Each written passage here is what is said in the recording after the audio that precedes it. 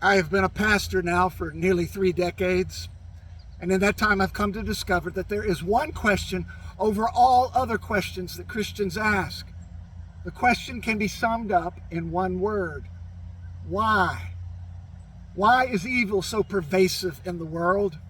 Why do little children die of cancer? Why do hurricanes destroy entire communities?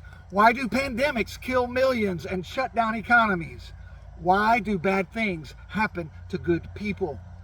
Radical evil is indeed the disturbing interruption of all our speaking of God and God's providence. So let's be honest, we all at times ask the question, why? Well, in the Old Testament, Job asked it as well. Perhaps you know the story. Job was a good guy who feared God and turned away from evil.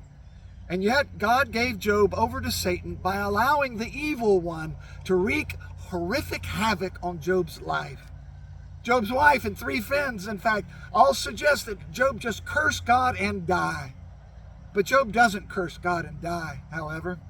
Instead, he pleads his case. I don't deserve this, he says, shaking his finger at God. And finally, God responds in the 38th chapter of the book of Job, speaking out of a whirlwind. Job, where were you when I created the ends of the earth and the foundations? Where were you when I threw the stars into their orbits and created the heavens and the earth? Job, can you provide for all the animals as I do? You, Job, simply do not possess the wisdom to contest me. And Job, who once had so much to say, is now moved to utter silence.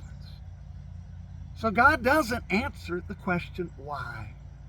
In fact, if you look throughout the entire Bible, and that question is never answered anywhere.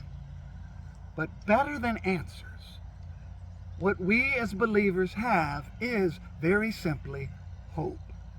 What we have is a presence, a God who loved us so much that he came down and he took on our pain upon himself and he died for us.